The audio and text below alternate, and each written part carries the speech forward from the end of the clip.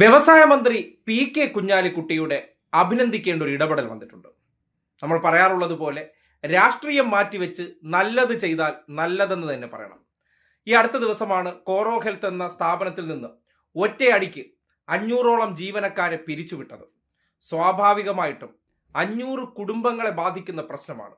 ആ പ്രശ്നത്തെ രാഷ്ട്രീയം മാറ്റിവെച്ച് അവരുടെ ജീവിതങ്ങളിലേക്ക് നമ്മൾ നോക്കുമ്പോൾ അവിടെ ഇടപെടൽ ഒരു സർക്കാരിന്റെ നേതൃത്വത്തിൽ ആവശ്യമായിട്ടുള്ള കാര്യമാണ്. കാര്യം ഒരു IT സ്ഥാപനത്തിൽ ജോലി ചെയ്യുന്നുണ്ടെങ്കിലും ആ ചെറുപ്പക്കാരുടെ അവരുടെ ജീവിതങ്ങൾ ഒറ്റയടിക്ക് പ്രതിസന്ധിയിലായി പോകുന്ന അവസ്ഥ, അല്ലെങ്കിൽ വഴിമുട്ടി പോകുന്ന അവസ്ഥ, അവിടങ്ങളിൽ അവരെ സഹായിക്കേണ്ട ഉത്തരവാദിത്വം ഇവിടത്തെ സർക്കാരിനുണ്ട്.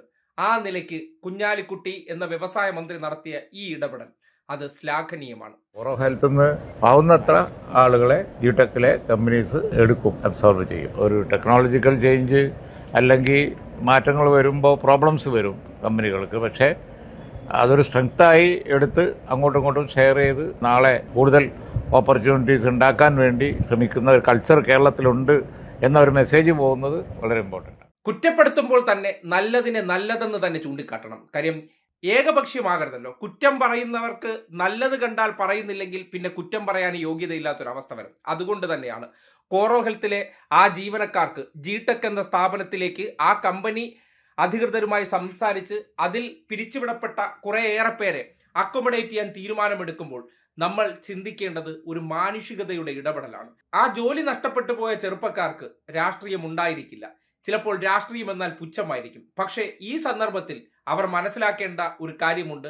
രാഷ്ട്രീയം ജീവിതങ്ങളിൽ ആവശ്യമാണ് എന്നുള്ള കാര്യം. നിങ്ങളുടെ ജീവിതത്തിലെ ഒരു പ്രതിസന്ധി വരുന്ന സന്ദർഭങ്ങളിലല്ല നിങ്ങളുടെ അവകാശങ്ങളെക്കുറിച്ച് മനസ്സിലാക്കേണ്ടത്.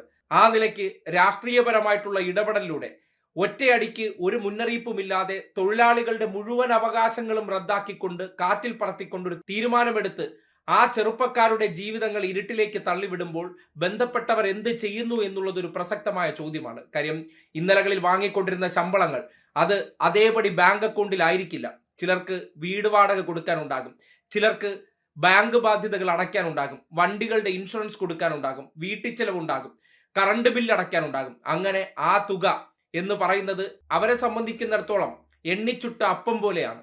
ആ നിലയ്ക്ക് അത് ഒറ്റയടിക്ക് കിട്ടാതെ ആകുമ്പോൾ ജീവിതം വല്ലാത്ത പ്രതിസന്ധിയിലേക്ക് പോകുന്നു എന്ന് തിരിച്ചറിഞ്ഞുകൊണ്ട് ഉത്തരവാദിത്തപ്പെട്ട ഭരണകർത്താവ് എന്നുള്ള നിലയ്ക്ക് ആ കാര്യത്തിൽ നടത്തിയ ഇടപെടൽ അത് അഭിനന്ദിക്കേണ്ടത് തന്നെയാണ്. അതിനോടൊപ്പം തന്നെ വ്യവസായ മന്ത്രിയോട് പറയാനുള്ള 1-2 കാര്യങ്ങളുണ്ട്. കേരളത്തിൽ AI സാങ്കേതിക വിദ്യ കടന്നു വരുന്നതോടുകൂടി ഇത്തരം ലേ ഓഫുകൾക്ക് വലിയ അവസരമുണ്ടാകുമ്പോൾ തൊഴിലാളികളെ ഒരു സുപ്രഭാതത്തിൽ കമ്പനികൾ പിരിച്ചുവിടും. ഈ സമീപനത്തിനെതിരെ ശക്തമായ നടപടി എടുക്കുമെന്ന് അത്തരം കമ്പനികളോട് അറിയിക്കേണ്ടതുണ്ട്. കാര്യം കോർപ്പറേറ്റ് മുതലാളിമാർക്ക് ഒരു സുപ്രഭാതത്തിൽ AI വെച്ചായിരുന്നാലും അവരുടെ വരുമാനത്തിൽ കുറവ് സംഭവിക്കുന്നില്ല. പക്ഷേ മനസാക്ഷിയില്ലാതെ ജോലി നഷ്ടപ്പെടുത്തി മനുഷ്യരെ തെരുവിലേക്ക് പറഞ്ഞുവിടും മുന്നേ ആ മനുഷ്യരുടെ കുടുംബങ്ങളെക്കുറിച്ചും അവരുടെ സാഹചര്യത്തിൽ നിന്നുകൊണ്ട് ഈ പ്രവൃത്തി ചെയ്യുന്നവർ ഒന്ന് ചിന്തിച്ചു നോക്കിയാൽ ചില കാര്യങ്ങളിൽ മനുഷ്യത്വപരമായിട്ടുള്ള ഇടപെടലുകൾ നടത്താൻ പറ്റും.